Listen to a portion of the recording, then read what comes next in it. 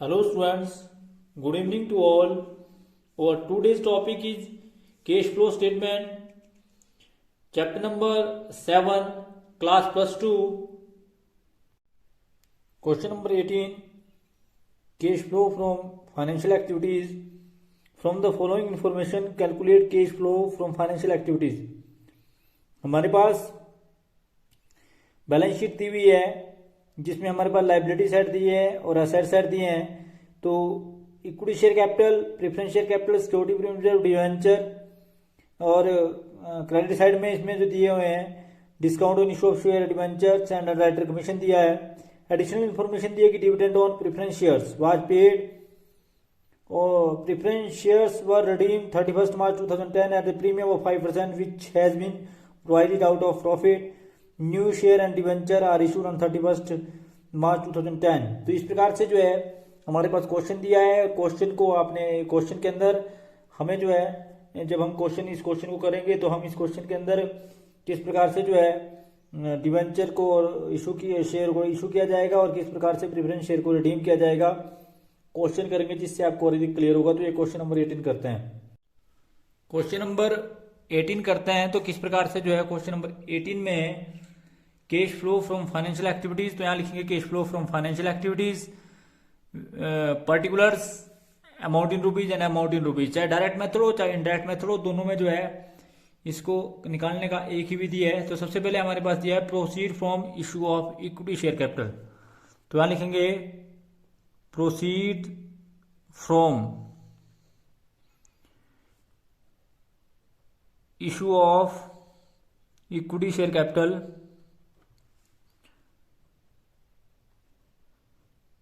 ये हमारे पास दिया है जी proceed from issue of equity share capital, हमारे पास दिए हैं 2 लाख। तो 2 लाख हमारे पास ये दिए हैं। इसमें से ऐड करना पड़ेगा premium on issue of equity shares. आप इसमें ऐड करेंगे premium on issue of equity shares,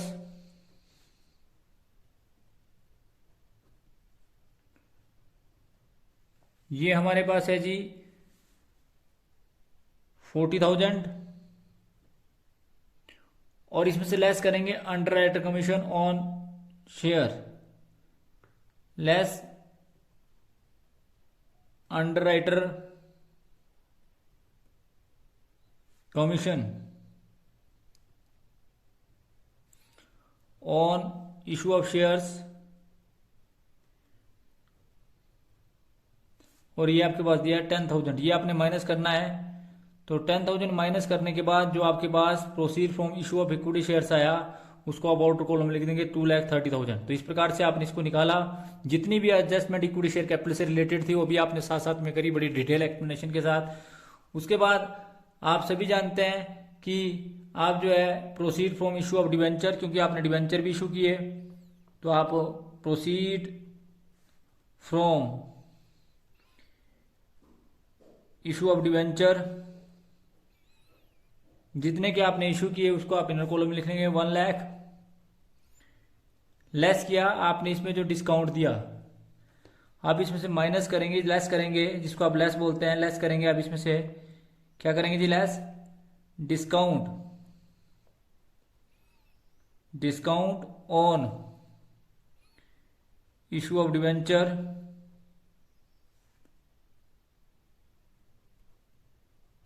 और वो आपका 1,000 जब आप इसमें से माइनस करेंगे तो प्रोसीड फ्रॉम इशू ऑफ जो है वो आपका, दूसरे शब्दों में बोल सकते हैं कि proceed from issue of debenture जो आपके पास आया हुआ है 99,000, और किसी और चीज़ से आपको इशू वो आपने इशू नहीं किया, इसको आप जोड़ देंगे। तो जब आप इसको जोड़ेंगे तो आप सभी जानते हैं आपके पास आया 3,29,000। आप इसमें से लेस करेंगे आप इसमें से अब payment redemption of preference share. तो रिडम्पशन ऑफ प्रेफरेंस शेयर्स आपका कितना आएगा? रिडम्पशंस ऑन प्रेफरेंस शेयर, और रिडम्पशन ऑफ प्रेफरेंस शेयर जो आपके पास आया वो आया जी 2 लाख। 2 लाख में से आप लेस करेंगे, 2 लाख में आप ऐड करेंगे premium on redemption of debenture, add करेंगे प्रीमियम ऑन रिडम्पशन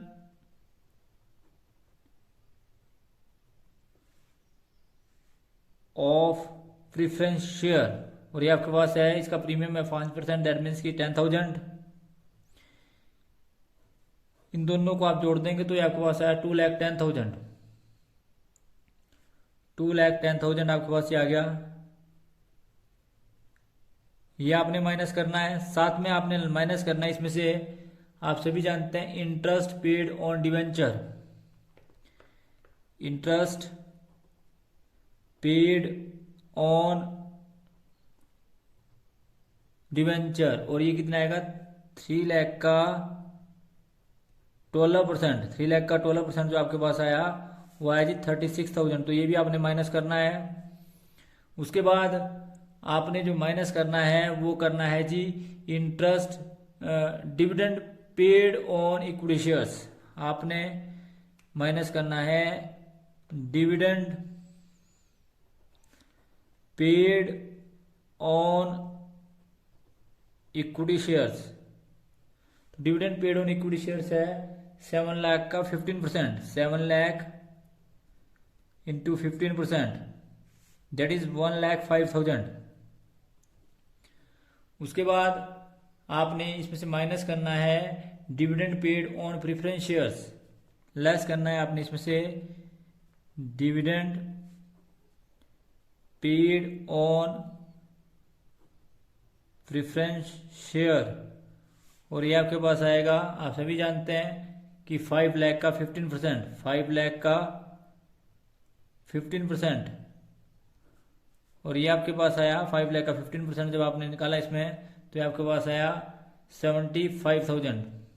और इन सारी रकमों को आप माइनस करेंगे तो माइनस करने के बाद जो आपके पास आंसर आया वो फिर माइनस में आया, क्योंकि माइनस की रकम जो है वो प्लस की रकम से ज़्यादा आपके पास आ गई, और जो आपके पास आया उसको बोलेंगे आप cash used, net cash used in financial activities, financial activities, और ये आपके पास आया 97,000। तो इस प्रकार का ध्यान रखें आप, ये माइनस में आया। तो इस प्रकार से आपका क्वेश्चन नंबर जो था 18 था, किस प्रकार से क्वेश्चन नंबर 18 को किया जाएगा। आपने क्वेश्चन को समझा तो ये आपका क्वेश्चन नंबर 18 था। अब क्वेश्चन नंबर 19 करते हैं। Question number 19, cash flow from financial activities. हमारे पास दिया है इक्विटी शेयर कैपिटल इशूड, और प्रेफरेंस शेयर्स जो है वो रिडीम है, 12% डिवेंचर फिर इशू है।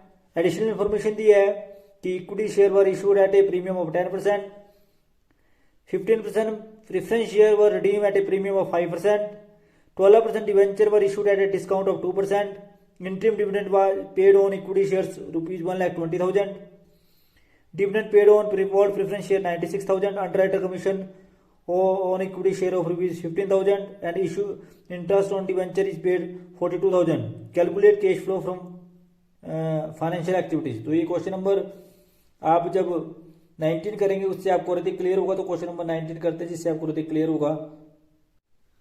क्वेश्चन नंबर 19 में cash flow from financial activities, तो आपका फर्स्ट कॉलम जो है वो पर्टिकुलर्स का है, particulars amount in rupees and amount in rupees. तो इसमें सबसे पहले आपके पास जो दिया है वो दिया है जी cash received on issue of equity shares. तो सबसे पहले हमारे पास दिया है कैश रिसीव्ड या proceed from issue of equity shares. तो हमारे पास सबसे पहले है proceed from issue of equity shares, और वो हमारे पास दिया है 3 लाख। इसको आप इंटर कॉलम में लिखेंगे। इसमें से लेस करेंगे, ऐड करेंगे आप premium on issue of equity shares, add करेंगे आप इसमें premium on issue of equity shares, और ये आपके पास आया जी 30,000। फिर आप इसमें से लेस करेंगे, लेस जो करेंगे under writer commission, under writing commission on equity shares, और ऑन इक्विटी शेयर्स ये आपके पास आएगा 15,000। जब आप इसको माइनस करेंगे तो जो आपके पास वैल्यू आएगी वो आएगी 3,15,000। 3,15,000 ये आपके पास आया proceed from issue of equity shares. फिर आप करेंगे इसमें cash receive from issue of debenture, तो cash receive from issue of debenture या cash proceed from issue of equity shares एक ही बात है। तो cash received from issue of debenture ये आपके पास है 1,50,000 लेस करेंगे इसमें से discount, discount on issue of debenture, और ये आपके पास आया जी 3,000। ये आप इसमें से माइनस करेंगे तो आपके पास आएगा proceed from issue of debenture 1,47,000, और जो टोटल आपके पास रिसीप्ट हुई अगर आप ये 3,15,000 में ये जोड़ देंगे तो आपके पास आया 2 4 + 5 1 + 4 + 5 6 4,62,000। इसमें से लेस करेंगे आप सभी जानते हैं लेस करेंगे आप जो आपने debenture premium on redemption of 10% 12% preference share, redemption of 12% preference share, और ये आपके पास आया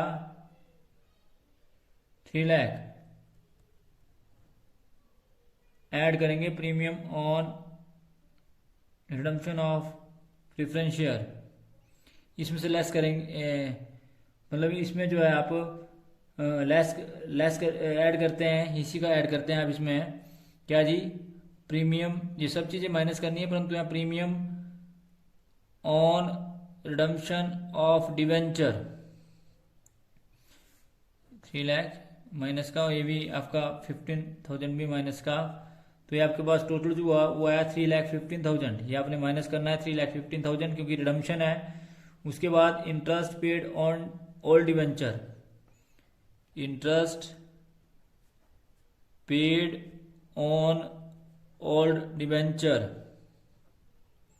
और interest paid on old debenture जो आपके पास आया वो आया 42,000, ये भी माइनस का है। और उसके बाद आपने जो है interim dividend paid on equity shares, interim dividend paid on equity shares, और ये आपके पास है 1,20,000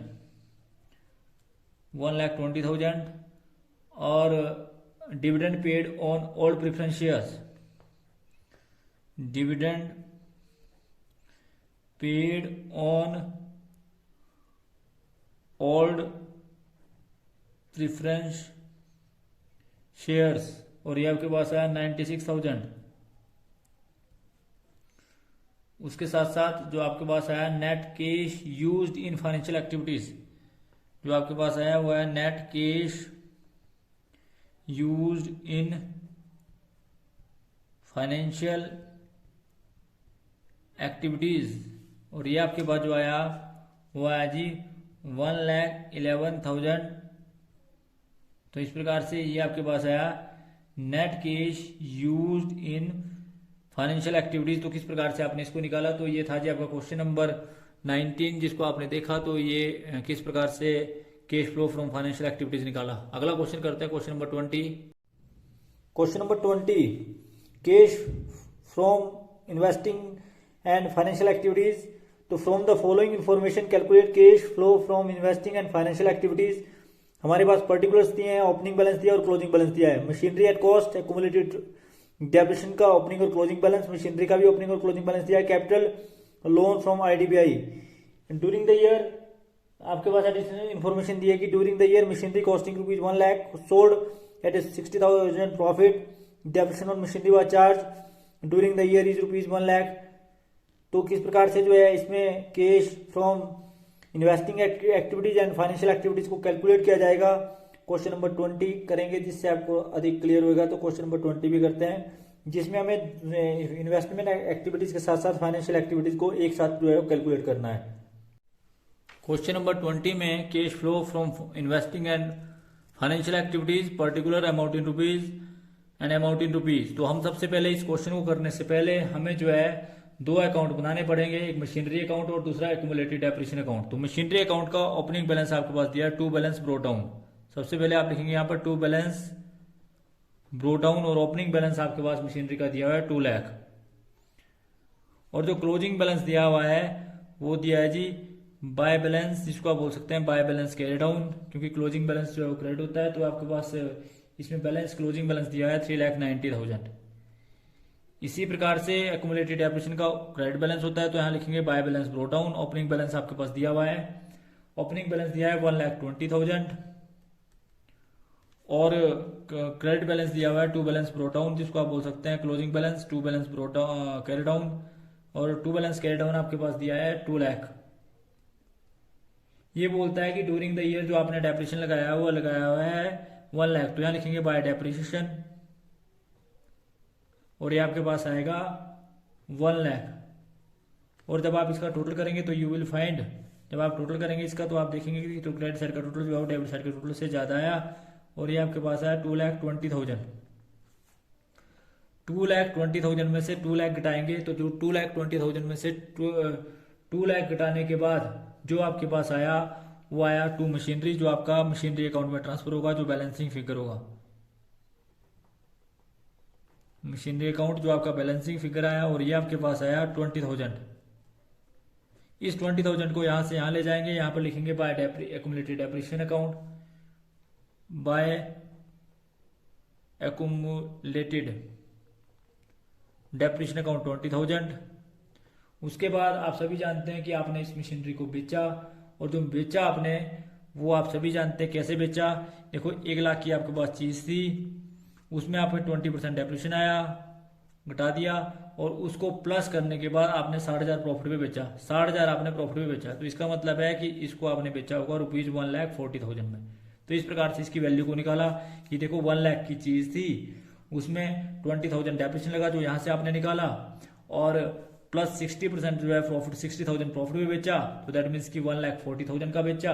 तो जितने भी बेचा यहाँ पर लिखेंगे बाय बैंक, जिसको आप सेल बोलते हैं, बाय बैंक दैट मीन्स की सेल वैल्यू।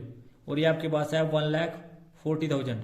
इस पर प्रॉफिट जितना हुआ उसको आप यहाँ लिखते हैं to profit and loss account, जिसको आप प्रॉफिट बोलते हैं प्रॉफिट ऑन सेल। ये आपका प्रॉफिट है ऑन सेल, तो ये आपके पास आया 60,000। और उसके बाद आपने टोटल किया, तो टोटल करने के बाद you will find the total of credit side is more than the debit side. ये आपके पास आया 5,50,000। और यहां पर भी आप आमने सामने पहले 5,50,000 लिखेंगे, फिर जो बैलेंसिंग फिगर बचेगा वो यहाँ पर आएगा टू कैश, जिसको आप परचेज बोलेंगे।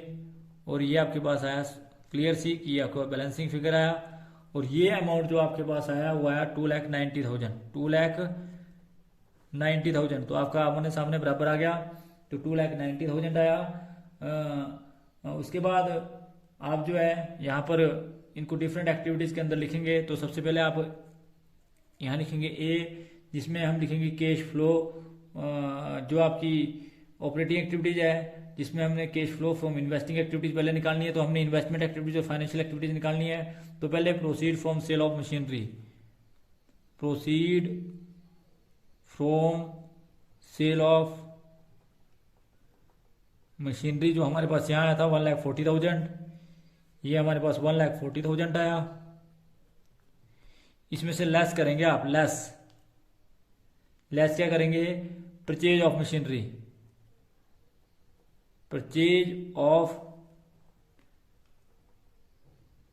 मशीनरी। ठीक है जी, परचेज ऑफ मशीनरी आपने किया कितना जी, जितनी आपने यहां परचेज करके आई 2,90,000, 2,90,000 जो आपका माइनस का आया। तो उसमें से इसको माइनस किया तो जो आपके पास आंसर आया वो आया जी 1,50,000 कैश यूज्ड इन, ये आपके पास आया cash used in investing activities.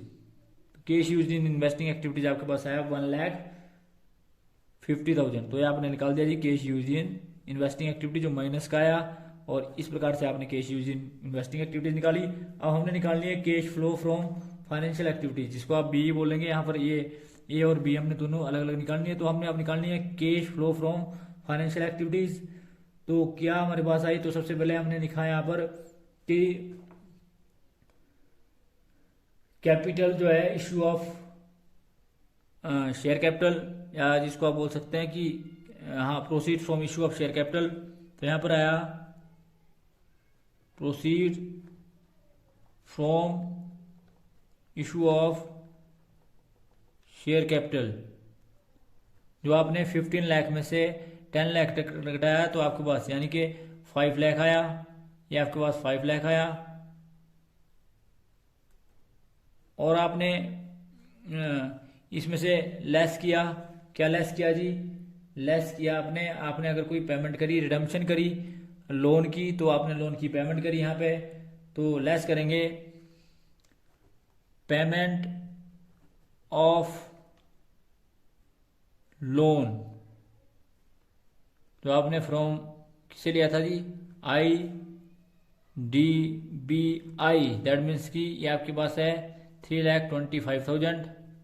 इसको माइनस किया तो जो आपके पास आया वो आपके पास आया जी कैश फ्लो फ्रॉम फाइनेंशियल